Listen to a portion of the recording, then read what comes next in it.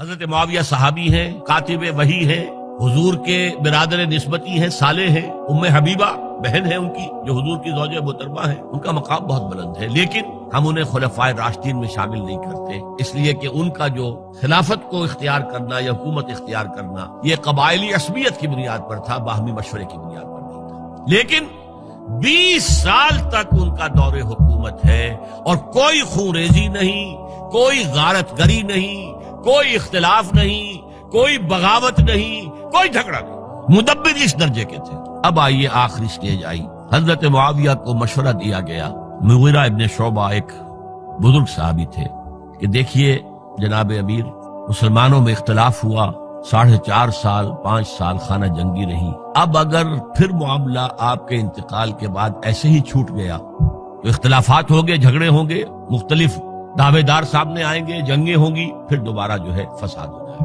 آپ کسی کو نامزد کر دیجیے۔ اور پھر مشورہ دیا اپنے بیٹے یزید کو نامزد کر دیجیے۔ حضرت معاویہ ریلیکٹنٹ رہے، لیکن اس کے بعد انہوں نے مان لیا اور فیصلہ کر لیا۔ یہاں میں چاہتا ہوں کہ بات سمجھ لیں اچھی طرح، اس معاملے میں اگر آپ حضرت معاویہ کی نیت پر شک کریں گے تو مجھے آپ کے ایمان پر شک ہو جائے گا۔ نیت پر نہیں، غلطی ہو سکتی ہے، صحابی ہیں، نیت غلط نہیں تھی، نیت کیا تھی؟ اور میں سمجھتا ہوں 100% درست تھی کہ اب اتنا پانی گزر چکا ہے پل کے نیچے سے وقت کے دریا میں کہ بارے صحابہ سب رخصت ہو چکے، اب اکثریت 9 مسلموں کی ہے، عصبیتیں بھی ہیں، قبائلی عصبیتیں ختم تو نہیں ہوئی، لہذا جب تک کوئی قبائلی عصبیت پیچھے نہیں ہوگی حکومت کے، حکومت نہیں چل سکے گی۔ یہ ابن خلدون کا لفظ ہے، عصبیت، کوئی چیز جو جوڑے آپ کو۔ تو دینی عصبیت اب کمزور پڑ گئی ہے، اس لیے کہ حضور نے جن کو تربیت دی تھی وہ اب گئے، اکثر و بیشتر گئے۔ اب اگر ایسے چھوڑ دیا گیا اور کوئی قبائلی عصبیت پشت پر نہ آئی تو پھر خانہ جنگی ہوگی، 5 سال تک ہوئی۔ اس بنا پر انہوں نے اسے صحیح سمجھا۔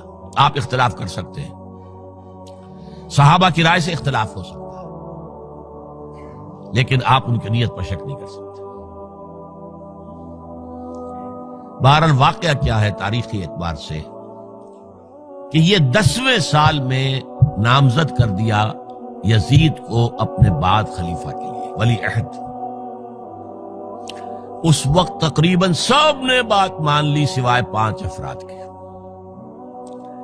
وہ 5 افراد بہت اہم تھے، بہت اہم۔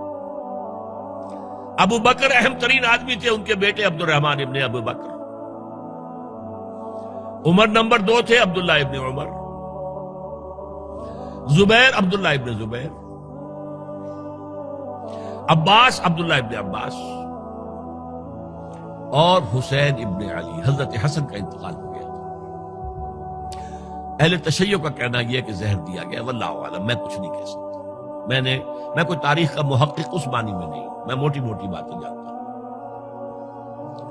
بہرحال انتقال ہو گیا تھا، 5 آدمیوں نے نہیں مانا، لیکن دیکھیے یہ تھی تدبر کی بات حضرت امیر معاویہ کی۔ کوئی دباؤ نہیں ڈالا، کوئی جبر نہیں کیا، کوئی کسی کو نقصان نہیں پہنچایا کہ نہیں مان رہے تو یہ کر دیں، نہیں۔ دیکھیں گے جب وقت آئے گا۔ جب وقت آیا حضرت معاویہ کے انتقال کے بعد، اب ایک صاحب جا چکے تھے، حضرت عبد الرحمن ابن ابی بکر فوت ہو چکے، اب 4 رہ گئے، 3 عبادلہ، عبداللہ ابن عمر، عبداللہ ابن عباس، عبداللہ ابن زبیر، ایک حسین ابن علی رضی اللہ تعالی عنہم اجمعین۔ جب بیعت ہو گئی یزید کی تو اب ان کے درمیان اختلاف ہوا۔ یہ بات اچھی طرح سمجھ لیجئے، تاریخی حقائق، موٹے حقائق کو چھوڑ کر باریکیوں میں جب پڑھتے ہیں تو معاملہ غلط ہو جاتا ہے۔ موٹے حقائق کو سمجھیے، جیسے کہتے ہیں میکرو اکنامکس اور مائکرو اکنامکس۔ میکرو ہسٹری جو ہے، 2 ایک طرف ہو گئے، 2 ایک طرف ہو گئے۔ عبداللہ ابن عباس کی رائے ہوئی کہ اگرچہ یہ غلط کام ہوا ہے، یہ قیصر و کسریٰ کی سنت پر عمل ہو رہا ہے، لیکن یہ ایسی بڑی بات نہیں ہے کہ خون ریزی شروع کر دی جائے اور امن و امان ختم ہو جائے۔ یہی بات عبداللہ ابن عمر کی ہو گئی، یہ دو تو یکجا ہو گئے۔ مصلحت کہہ لیں جو بھی سمجھے، لیکن نیت پر حملہ نہیں کر سکیں گے آپ۔ دیانتاً انہوں نے یہ سمجھا کہ اب جب کہ ہو گیا معاملہ تو ٹھیک ہے، حرام مطلق تو کہیں نہیں لکھا ہوا قرآن کے اندر کہ بیٹا نہیں ہو سکتا، کہیں نہیں لکھا ہوا۔ بہرحال ان دو کی رائے یہ ہوئی کہ اگرچہ کام غلط ہے لیکن اتنا غلط نہیں ہے کہ اس کو چیلنج کیا جائے اور اس سے جو ہے خانہ جنگی شروع ہو جائے اور فساد شروع ہو جائے۔ دو کی رائے یہ ہوئی کہ نہیں، we have to challenge it کم وٹ میں۔ عبداللہ ابن زبیر، حسین ابن علی رضی اللہ تعالی عنہما یا عنہم، تو یہ دو علیحدہ، ان دو میں اب اختلاف ہوا۔ عبداللہ ابن زبیر کی رائے یہ تھی کہ یہی مقیم رہو مکے میں، حجاز میں، مکے اور مدینے میں، یہاں سے ریزسٹنس موومنٹ ہم شروع کریں گے، کیونکہ یزید کی خلافت تو دمشق میں تھی، بہت دور۔ حضرت حسین کو خطوط آ رہے تھے کوفے سے، کوفہ حضرت علی کا صدر مقام رہا تھا، اور جن سبائیوں نے فتنہ پیدا کیا تھا حضرت عثمان کے خلاف وہ بھی وہیں آباد تھے۔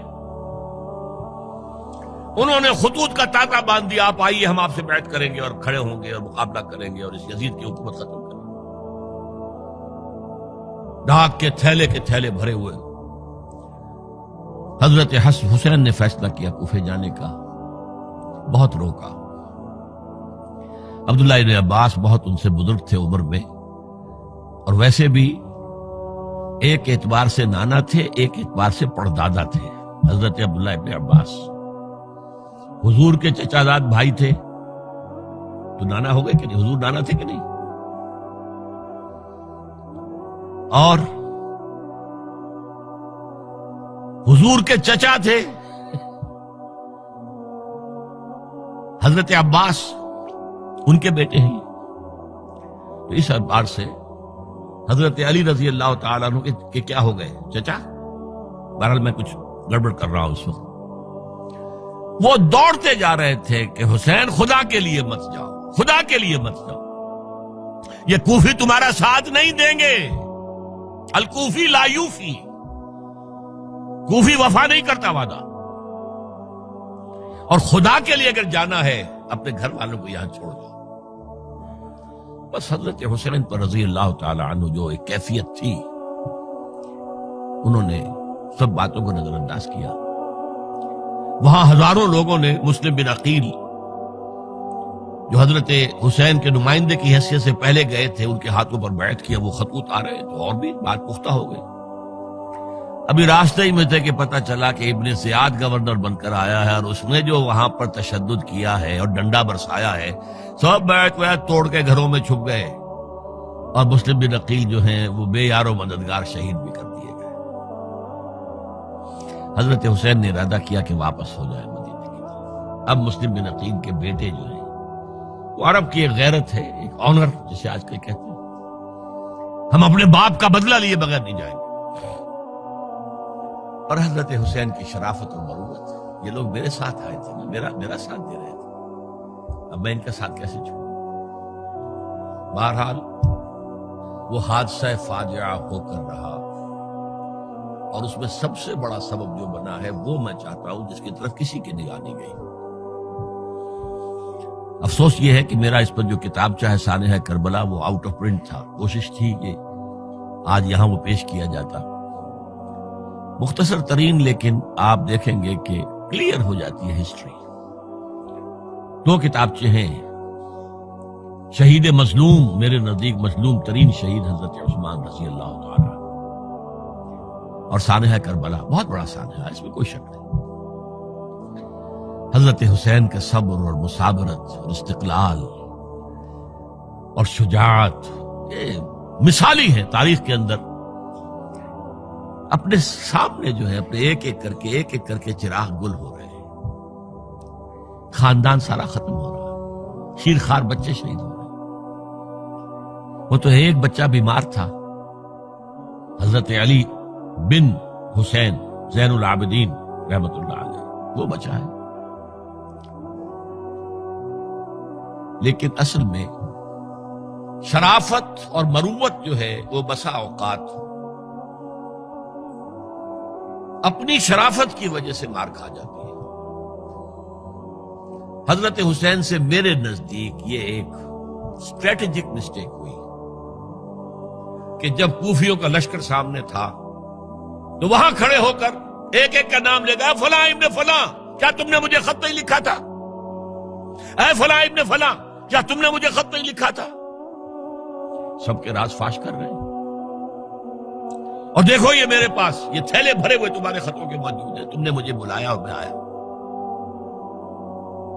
یہ بات تھی جس کی بنا پر اب ان کے لیے کوئی چارہ نہیں تھا کہ انہیں شہید کر دیں، ورنہ تو یہ ہمارا بھانڈا پھوڑ دیں گے جا کر یزید کے پاس، تو ہماری کھالیں کھنچ جائیں گی۔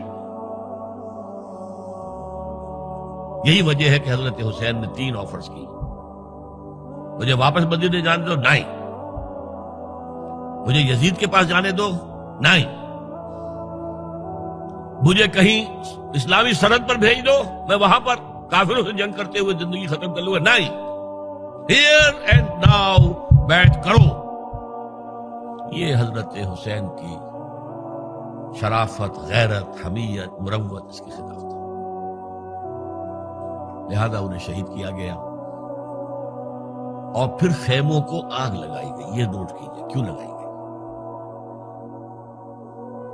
اگر تو یہ غصے اور انتقام میں اور وینجینس میں ہوتا تو حضرت علی بن حسین زین العابدین کو بھی شہید کرنا چاہیے تھا، نہیں کیا۔ اگر یہ اس طرح کا معاملہ ہوتا تو خواتین کی بے حرمتی ہوتی، نہیں ہوئی۔ یہ خیمے کیوں جلائے؟ تاکہ وہ جو ایویڈنس ہے وہ ختم ہو جائے، ہمارے خلاف یہ جو ڈاکومنٹری پروف لیے پھر رہے ہیں